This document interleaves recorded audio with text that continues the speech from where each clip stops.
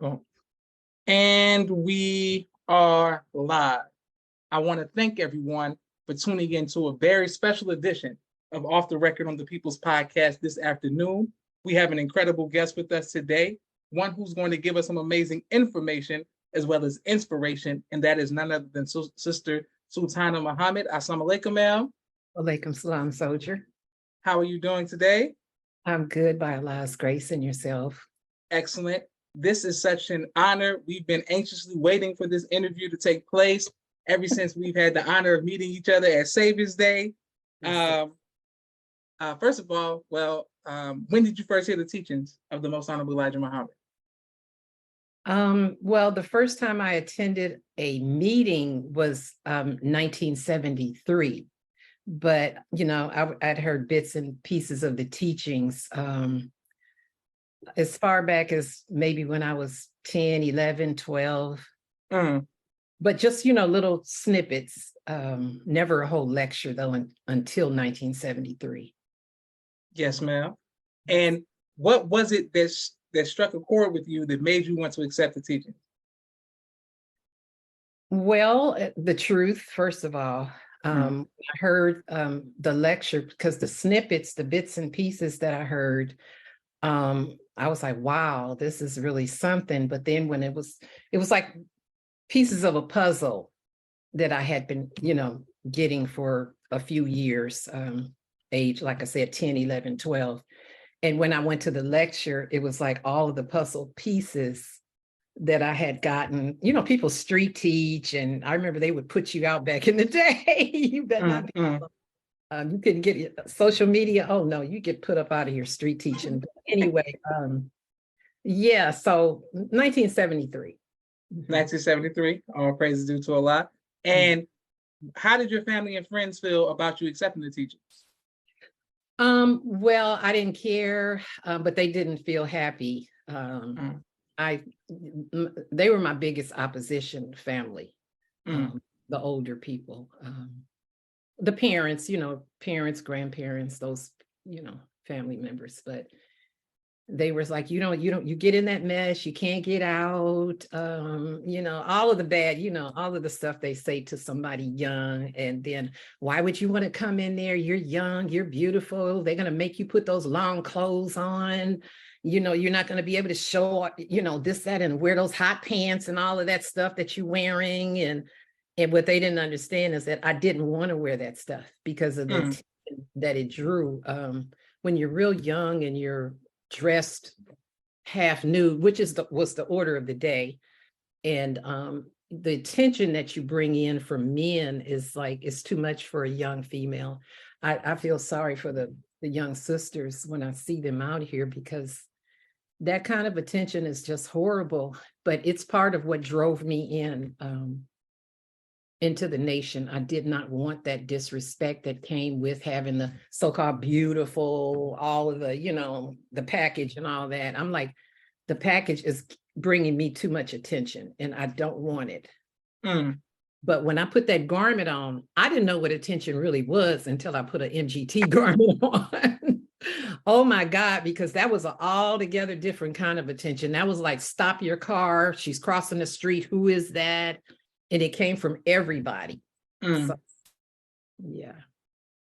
Oh, praise due to Allah. Okay, great. And people are showing you love all across the country. So Sultanah, Brother Janelle, my sister Miriam, and Naima send the greetings. And thank you everyone who's going to watch on YouTube as well. Please continue to like, share, and subscribe to the People's Podcast. Okay, so Sultanah, did you ever get a chance to hear the Most Honorable Elijah Muhammad live or see him live, like at a Savior's Day or things of that nature? Yes, sir. I was blessed to see the Most Honorable Elijah Muhammad.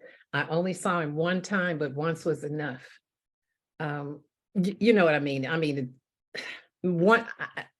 I was happy, thankful, grateful, and to this day, that one time I felt like he was just talking to me. And I was waiting in the stands, but I felt like he was talking to me. And two of the angels, and it may have been more than that, were on the stage, Simi Adakon and Louis Farrakhan. Yes, ma'am. Okay. Now, how did you feel once you saw the Most High Elijah Muhammad? You knew back then that you were looking at the dear holy apostle. You were aware of who he was back then. Yes, sir. Oh, so, okay. Before I saw him, I remember I was about 12 years old, and my mother used to always buy the Muhammad Speaks newspaper.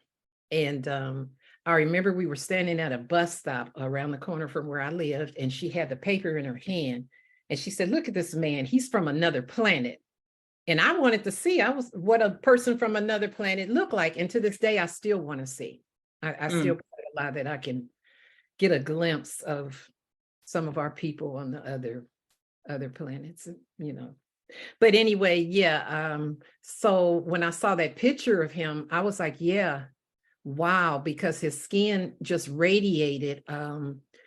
It was just indescribable. And this was just a photograph.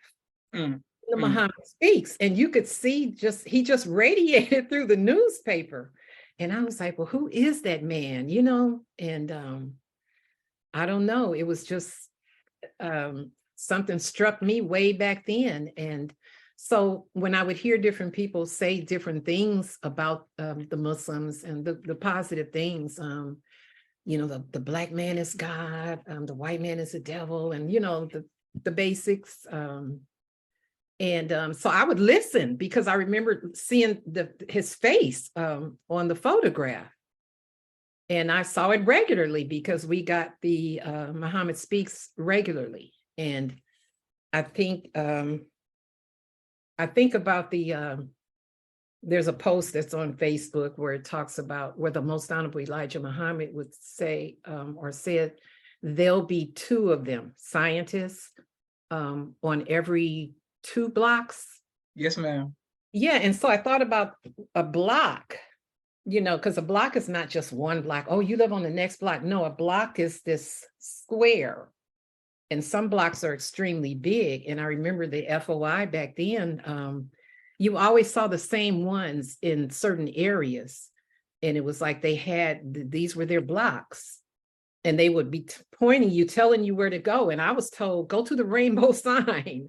And that's when I first heard the teachings, the full lecture.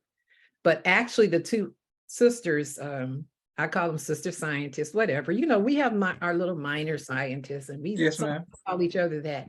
But they are the ones that told me where to go to the meeting. And fortunately for me, I could walk there because it was only 3 blocks from where I lived. I went to the meeting and, well, you know, 3 blocks. It was 3 blocks from where I lived. Yeah. Beautiful. Okay, praise be to Allah. And thank you everybody who's showing love all across the country. They're saying facts and teach. Okay, now the Most Honorable Elijah Muhammad departs 1975. How does that personally impact you, your family, and the community in Oakland? Well, that's like a nightmare, or it was a nightmare. And of course, it affected myself, my spouse at the time, at the time was Brother Captain James X, and now he's Brother Sultan Muhammad. I think we only had, we had 1 child because, and I was pregnant with the other. Yeah. So it was devastating. It was devastating. And, you know, that's all I can say. It was a nightmare. It wasn't like real. It didn't seem real. Everybody was laughing. I mean, gradually laughing and making mockery of the messenger, the savior. And, you know, people wouldn't call him the Most Honorable Elijah Muhammad, as I'm sure you're aware, and I'm sure everybody else is, but it was just Elijah. Yeah, Elijah. And it was just horrible. It was just a horrible time. It was just horrible. And then, you know, people, things just got ugly. Even the people, you know, got ugly. People just started getting bigger and fatter and uglier.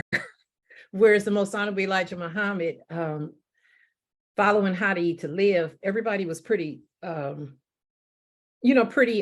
weight. We were very conscious of the weight. And because we were told, hey, you're not going to be able to get on the mothership if you weigh over such and such a pound. Yes, ma'am. Yes, ma'am.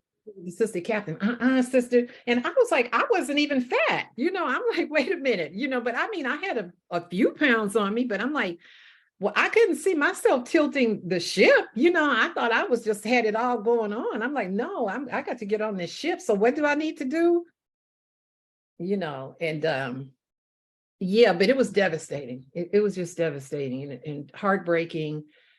And I recently went to a funeral, a janaza a week and a half ago of a brother Albert. He was the captain in San Francisco prior to 1975.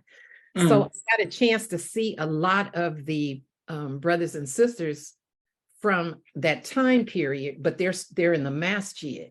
There were 3 of us that was in the nation.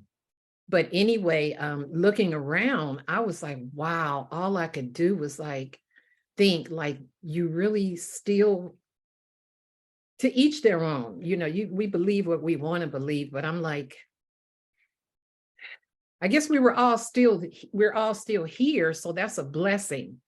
But I was like, you really traded, we traded a living God in for this spook God, and it changed everything, the diet, everything, just, and you can tell that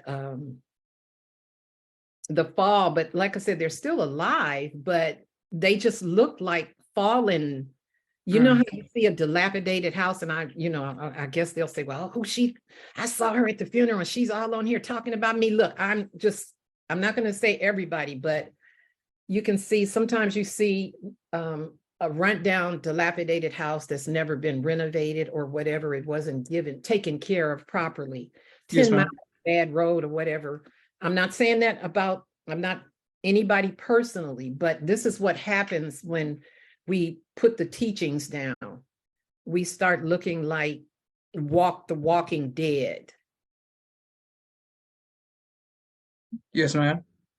Absolutely. Okay. And these are teaching and people, and thank you everybody for showing us a sign of love.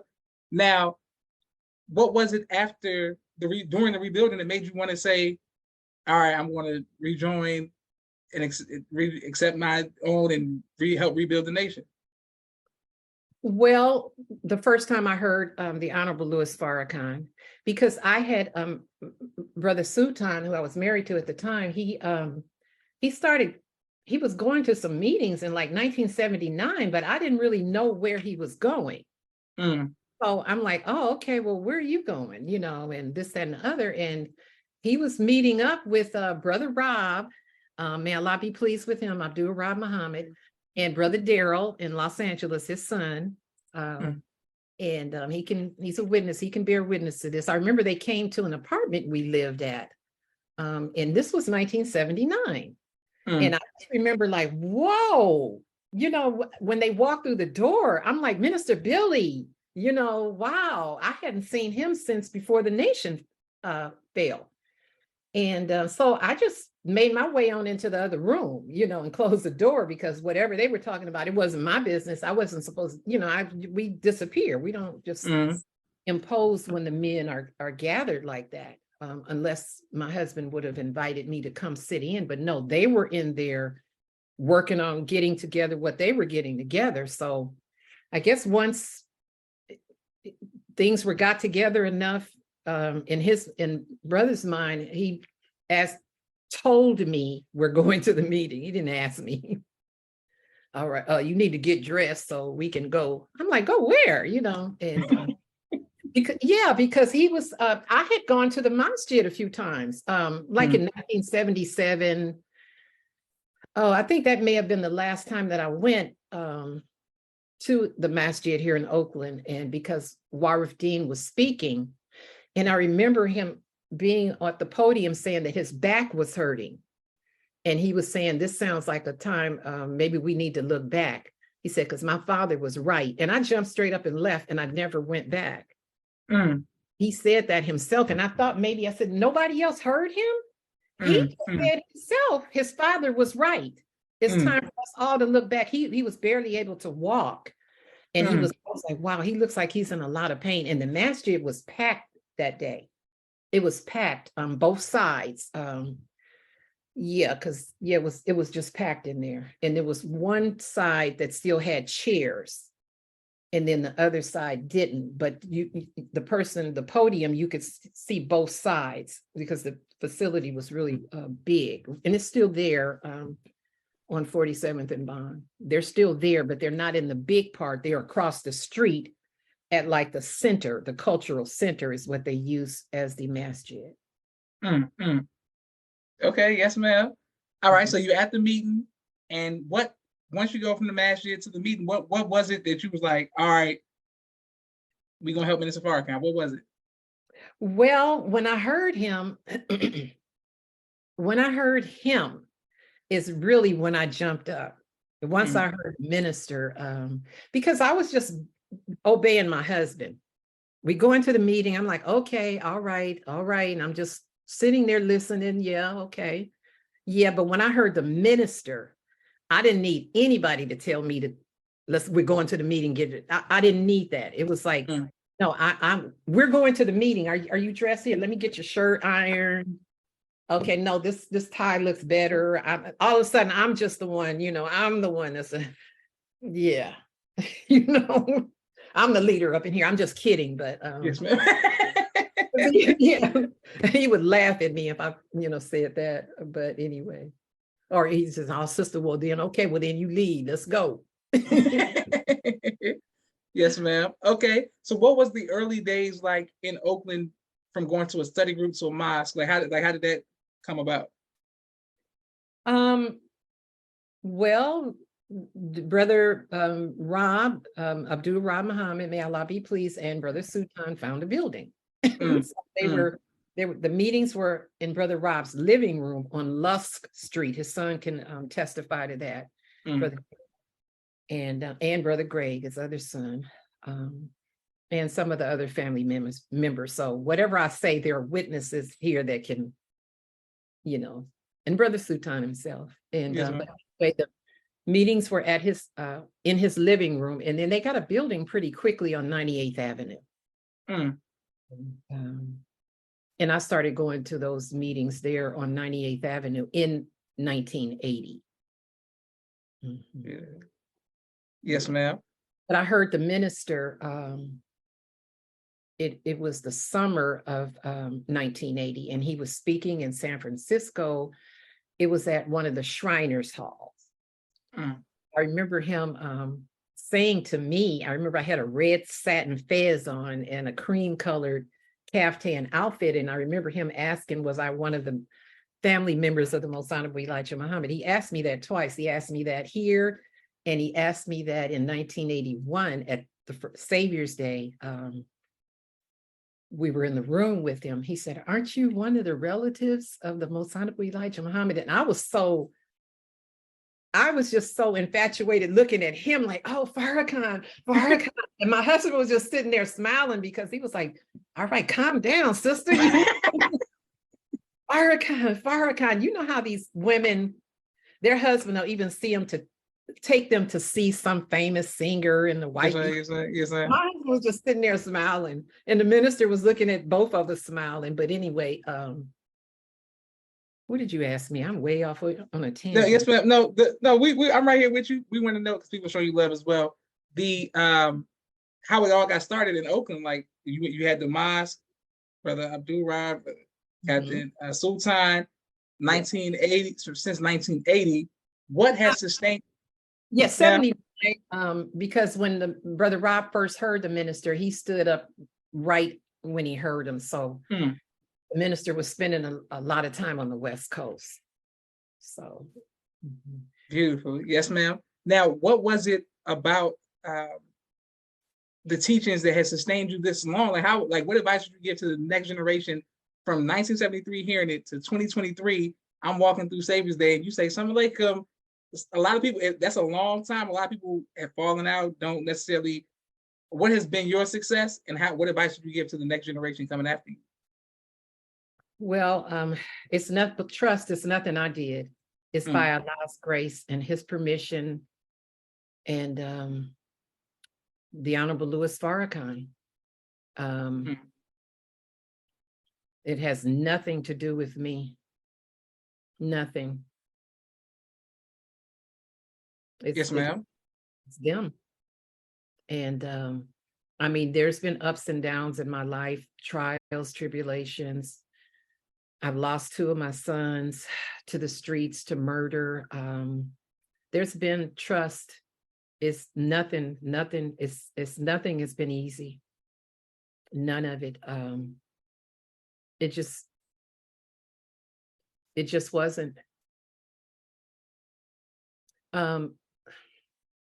Yeah, but it's been just faith in Allah and him guiding, and him giving us a guide, and the love that I have for the Most Honorable Elijah Muhammad and the Honorable Louis Farrakhan, and for Allah, most of all, for Allah. Because, when we're, the time that I spent around the minister was back in the 80s. In all of these other decades, I haven't had access to our leader and teacher. I did not. I had access in my family and those Muslims from that time period. The access we had was weekly, once a week, once every 2 weeks, once every 3 weeks. And, so we would see him, and we would be in intimate settings, like a little apartment living room, like Brother Rob's. Yes, ma'am. And his wife would, Sister Shahida, may Allah be pleased with her. She was an excellent cook, and she would let me assist her. And I was so happy just to be in that intimate setting with the Honorable Louis Farrakhan. And I remember one incident, my son Ali. Here's an example of the nation falling. My son Ali, he came into the living room, Brother Akbar, the Honorable Louis Farrakhan, Brother Khalid, Brother Sultan, Brother Rob, they were in the living room talking while we were getting the food, putting it in serving dishes, getting ready to serve the Honorable, to serve them. And my son Ali came out of the room, which we told them to stay in the room, my children and Sister Shahida's 2 sons, because my children were acting a fool. They were all little, and they were in there and just jumping around, running around, acting like little savages. And I was like, you guys are acting like some little Negroes in here. So I went in there and popped them, and then came back in the kitchen. And then I remember Sister Shahida's son came into the kitchen and said, Mom, that little guy in there is cussing. He's just cussing and just saying all kind of bad words. So Ali came out of I went in there, popped him again, and then he came out of the room again and went and sat between the Honorable Louis Farrakhan and I believe Brother Akbar or Dr. Khalid. And he sat there and he was looking at them. They were just sitting there, sitting up straight, smiling. So he started imitating them. And then he just really did something crazy. He sat up there and then acted like he was lighting a cigarette or whatever you want to call it, a joint. I don't know, whatever he saw somebody else do. Yes, ma'am.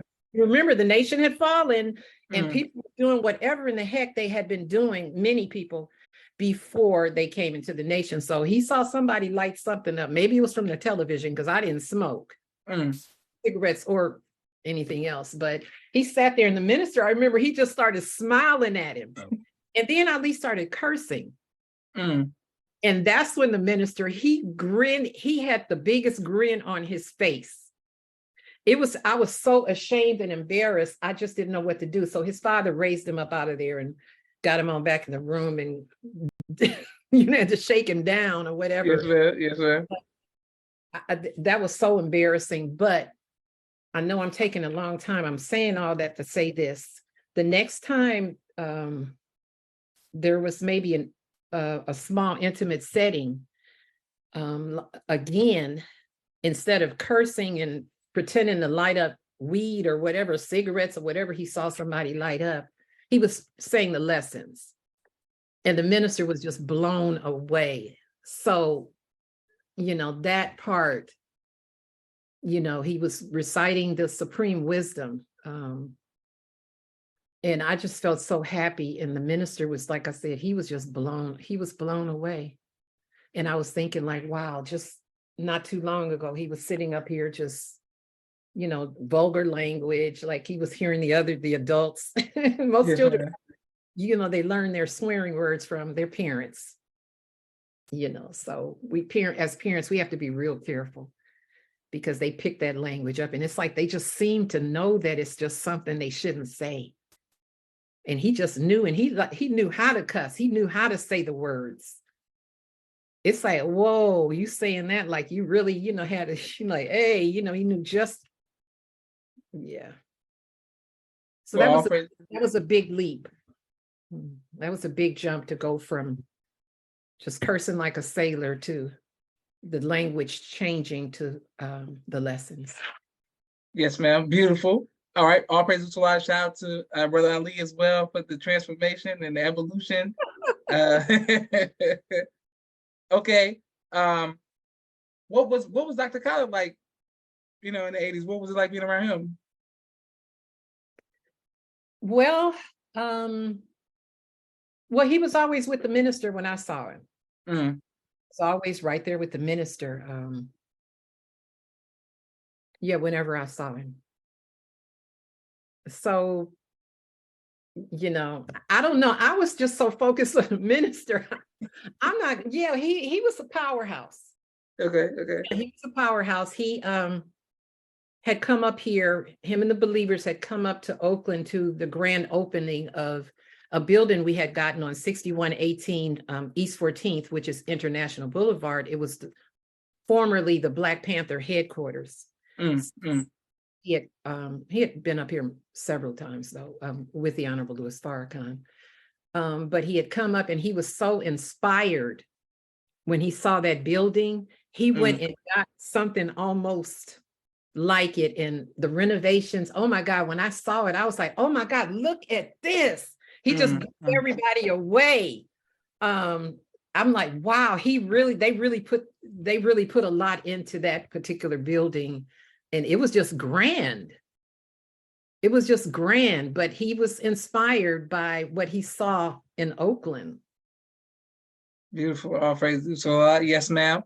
Now, speaking of your son, Brother Ali, what advice would you give to future mothers on being as far as being a mother? I don't know. Just stay with the teachings, do everything that you can to keep your children in the nation, in the mosque, everything. Keep them out of the enemy school, out of the schools, because we'll lose them in the schools. I remember the Most Honorable Elijah Muhammad had said before he left our presence that we would lose 90% of our children. Nation failed, we did. Yes, ma'am. All right. And how has being a grandmother impacted you? Well, I don't know. I'm a great grandmother. Great grandma. Okay, great grandma. Okay, yes, ma'am. Great grandmother. Well, I don't know. I think that maybe I'm a little less strict with them, because I tolerate or put up with things that I wouldn't have put up with from, my children. Not that they're so bad, but most of them are not in the nation. I only have 4 or 5 that are active in the nation. So, and I have 14 and then 2 great-grandchildren. So that's, I'm thankful to Allah for the ones that are. But you want to, keep them out of the enemy school, the killing fields. And you want to always be on top of the peers, who's around them, who's influencing them. Yeah, you want to make sure that you keep your, keep them protected, and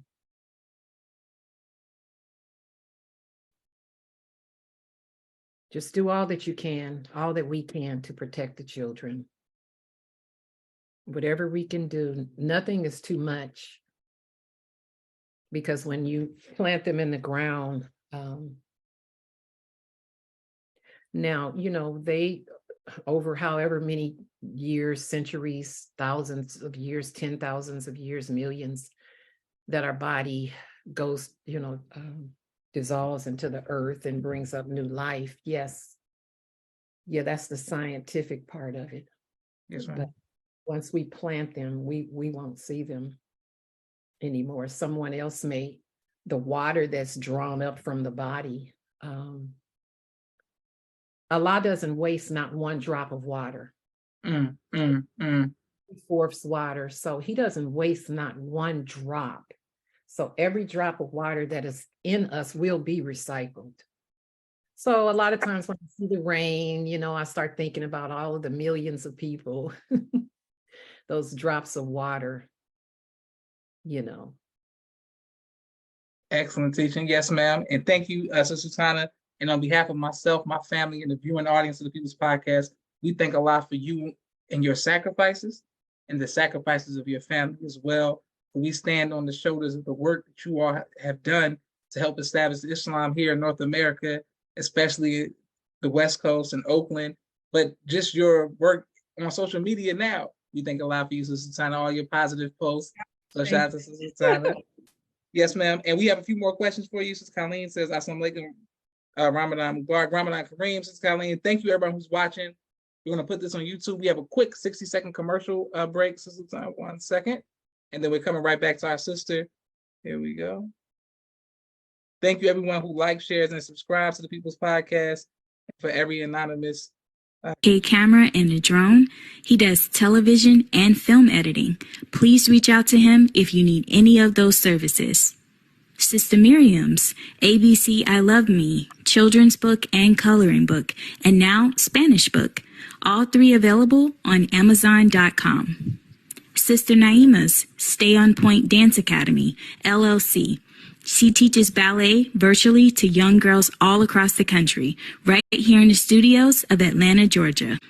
Brother Kenneth's Bow Tie Maker Extraordinaire. He'll ship you bow ties anywhere across the nation. Dr. Henry Carter's King Henry Turkey Legs, right here in Atlanta, Georgia. Brother Rashad Muhammad's COVID-19 Disinfected Cleaning Services, out of Chicago. Student Minister Sharif Muhammad's book, A Soldier in the Movement of Christ, available on adulsharif.com.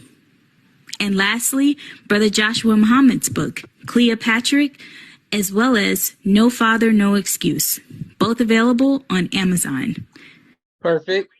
Right back to our sister. All right, thank you very much. If people are giving nothing but positive energy and comments to you, Sister Sultanah, what has been your greatest joy in your life?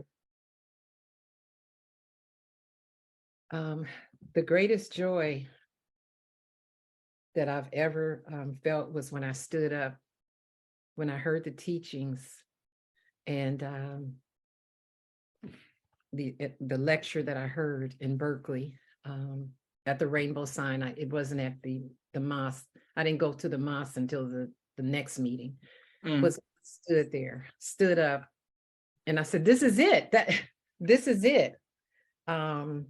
This is what I've been looking for. This is it." And I knew then that I'm like, "Oh, that's it. That's for me. That's where I'm going." And that was the biggest joy in my life, because everything else that happened after that came after that. Those joys that came after that, marriage, children, the Honorable Louis Farrakhan Muhammad standing up. But that initial stand, I just I don't know. I felt like, I know you can't get transformed in one lecture, but that one lecture, I just knew. I'm like, this is it. This is the truth. Beautiful. Yes, ma'am. I bear witness. Okay, great. What type of music do you like to listen to, Sis Sultanah? Oh my God, I love all kinds of music. Just classical, R&B, opera, and I know my grandchildren. They were like, "Granny, what are you listening to?" I love music from the old classic movies, which the old Betty Davis, Joan. Okay. There's a lot of scores, musical scores that are just, I mean, just beautiful. So I will watch these old movies just to listen to the soundtrack. Like older people will know From the Terrace, the movie From the Terrace. That's one of my favorite soundtracks from a movie. And I love music.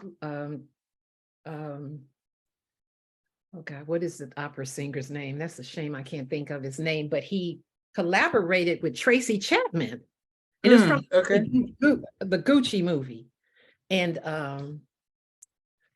I was like, wait a minute. Luciano. Okay. And Tracy Chapman, I'm like, that is the most extremely opposite. What? But I recognize both of the voices in the song. And I'm like, wow, this is great. So you might hear me bumping that. Okay, yes, ma'am. You might hear me bumping that, and then you might just hear me bumping Teddy Pendergrass. Teddy P. I try to stay away from that, especially Ramadan. You don't want to, that's all that below the belt music. You want to stay. And the Whispers, it's like, no. And then all of those artists, the Temptations, oh gosh, I don't even want to get started, because all of those artists that would sing to women, Smokey, they would sing the songs to women, and they weren't like disrespectful. Well, Teddy, when he's talking about come on and go with me to my place, now that's a little, but I mean, but it just sounds so good. The invitation, it's like, oh no, bro, no. Yeah, I'm about to say to Sultanah, I got Teddy Pendergrass behind me. You make me feel good to put my Teddy P behind me. Well, that's all right. Yeah, but yeah, I do. I like the R&B, but I don't listen to it. I listen to it in the car. Okay.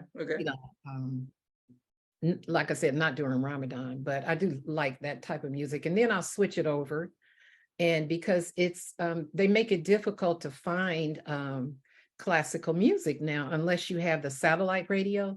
Yes, ma'am. Or so otherwise you might pull up alongside of me and I have this classical music on, so all types of music. I love, oh my God, the ministers, the music that he put out with all those different artists. Yes, ma'am. Tina Marie, I mean, don't let me get in there and start trying to sing like Tina Marie, because I will do it. Yes, ma'am. I attempted anyway, but you can't go wrong with Tina Marie. Yeah, great. She hit some notes, man. She was no joke. Yes, ma'am. In that, and then for but just all types of music. I'm just not stuck in one place. I may want to listen to some Jimi Hendrix or some Miles Davis, or absolutely. It just depends. It's like I said, I'm not stuck. Yes, ma'am. Okay, great. Well, we have one more question for you, Sis Sultanah. What would you like your legacy to be?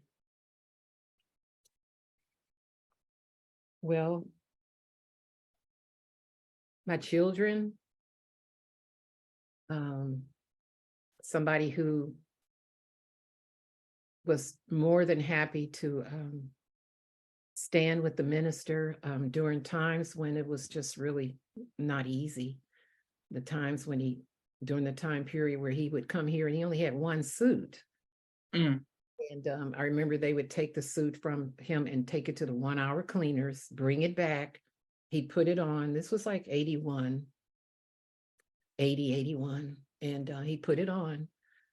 And it was a struggle. We would raise the money to get his plane tickets for him to come and go from here. I remember my ex, he would pick him up sometimes in a borrowed car. He'd go borrow his uncle's car and go get him from the airport and those things. I'm not saying that that's my legacy, but to know that during that time when there was holes in our shoes, because we gave everything that we had to help the minister, everything, and we did it with joy. It was difficult, but we were happy to be broke. It's like, oh, I'm about to be broke. You mean helping him? Because I looked at him and I'm like, oh, he needs help. I'm about to help him. And that's the way I felt when I heard him. I said, oh no, I'm going to help him. He needs help and I'm helping him. And that's it. And I still feel the same way. But legacy, your children, may Allah be pleased with your mother, but I know she's, yes, the legacy, right? I'm looking. Oh, praise due to Allah. A lot of us become legends in our own mind, and that's what we don't want to become. We don't want to be a legend in our own mind. It's just it's too many legends in our own minds walking around here. I definitely don't want to be that.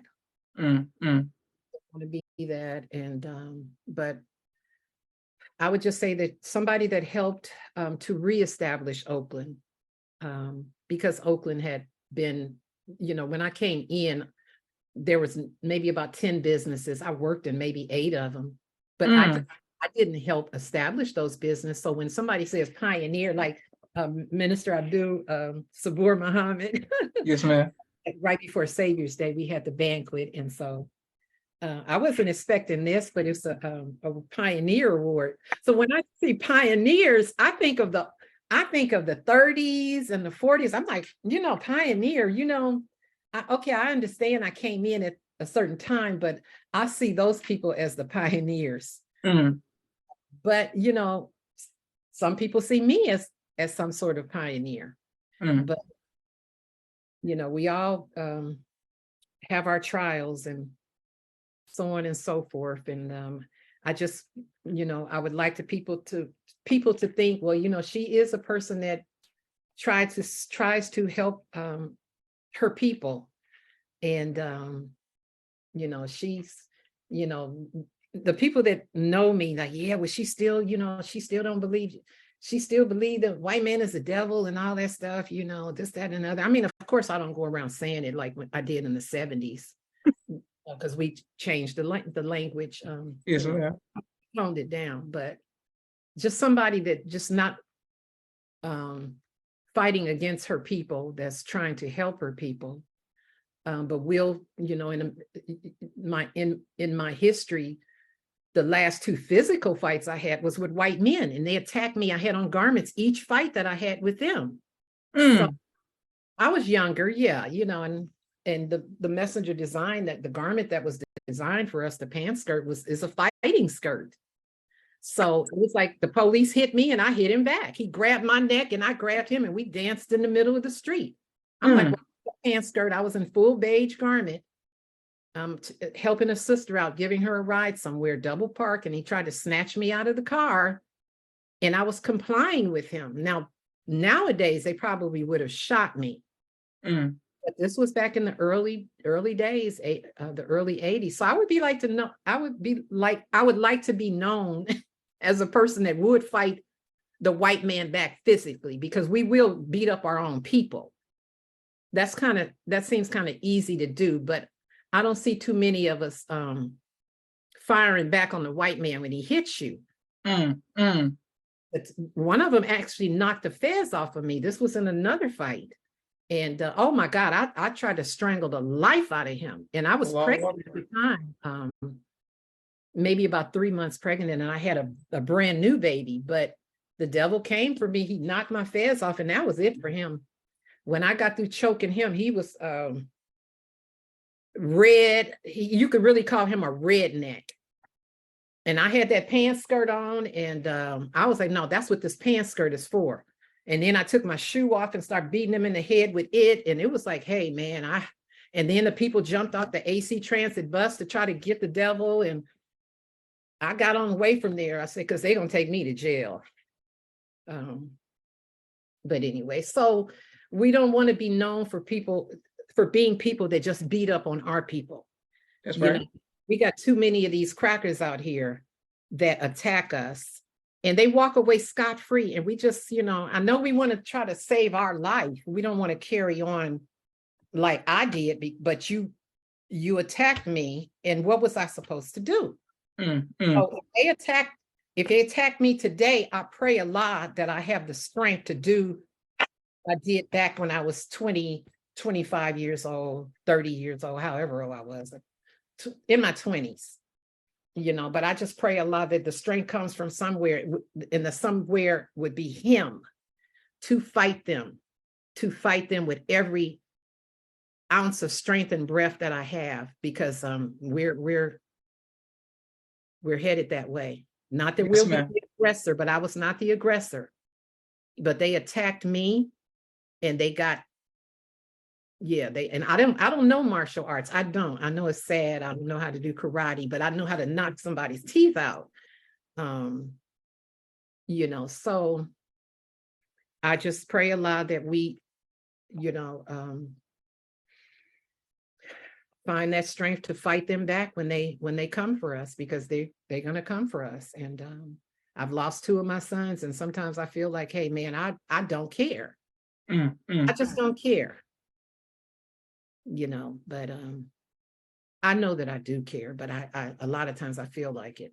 Like I just don't care. You took 2 of my babies, I will fight you. And that's it. But there's more ways to fight than physical. Yes, ma'am. Appreciate the FOI. You guys are fighting with that paper. You're going out there, that's your ammunition. Fight with those who fight with you. And ignorance is the biggest enemy right now. And just continue in that fight. Continue to fight this ignorance. And you're not.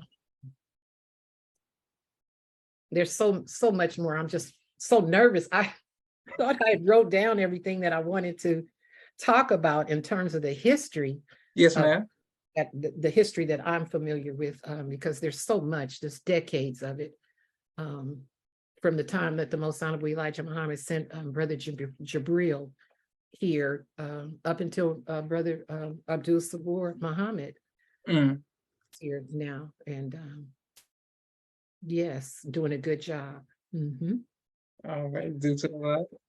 Yes, ma'am. Sis Sultanah, I love your fighting spirit and your energy, and we definitely love that. We definitely pray that you keep that spirit up, and then we have the same spirit to fight when our trial comes as well.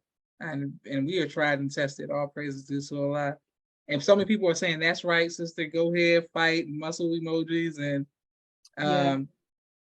all praises to Allah. Go ahead, MGT. Sister Colleen said they used to drill the MGT. With that spirit. I didn't know you called drill used to be the DI. I didn't know that. No, I was the captain. Actually, Brother Abdul Sabur, he said, Sister Emeritus Sultanah Muhammad. I don't go around saying it, but it's Sister Captain Emeritus Sultanah Muhammad. I didn't know. Go ahead, Sister Captain. I didn't know. Oh my God, seriously. Nobody. If you ain't tell me, no, we gonna respect it. I didn't know that. Go ahead. I need you to put some respect on that. I'm just kidding, soldier. I'm just kidding. No, yes, sir. But that's part of it. You DI, you fall in and drill, whatever. Yeah, that's all part of it. You you fight if you have to. You put that pants skirt on and you throw down. You're dainty, stay dainty, but when it's time, that pants skirt is. I love it. I came in with the pants skirt. I still wear them when I, sometimes I wear the pants too, but I love to see the men in the pants. Yes, ma'am. I like to wear the pants, but we have our, uniforms that have pants. But I love the way that the pants skirt drapes, because it's so elegant, and the lost found's just like, oh my God, those are pants? Yes, and I'm like, yes, these are pants. Yeah, and I used to get a kick out of showing them how, Yeah. But anyway, I'm spending too much time on that. Okay. So the Oakland old people. No, I'm just kidding. the Oakland MGT drill this year. Do you still enjoy watching drill now? Yes, when I'm in class, when I go to class, I missed the last few. I'm not gonna sit up here and lie and act like I was working. I have some things that I was doing. So, but no, I sit there. You know how people in the church, they start getting happy, Yes, and they like, and I'll be like, oh, wait a minute. And they like, left face, right face, left face, right. I'm just all over the place. Like, that's right. No, so I love to see the sisters drill. Yes, indeed. Praise do so a lot. Okay. And people are showing you love all in the comments. And thank you all. We're gonna put this on YouTube.